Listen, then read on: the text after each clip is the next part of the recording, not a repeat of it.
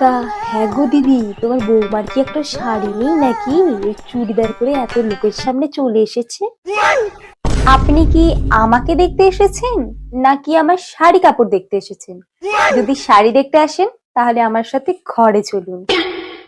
বাপের বাড়ি থেকে গয়না টয়না কিছু দেয়নি নাকি? সবসময় খালি গা হাতে ঘুরে বেড়াচ্ছে।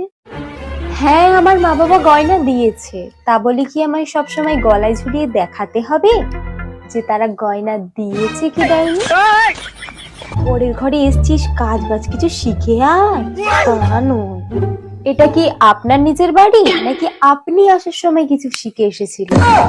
এই সব কাজ কি তুমিই করো নাকি? তোমার বৌমার কি কোনো কাজ বাজ থাকে না? যখনই দেখি ফোন হাতে নিয়ে বসে আছে। আপনার কাজ নেই, সব সময় পিএনপিসি করে বেড়ান।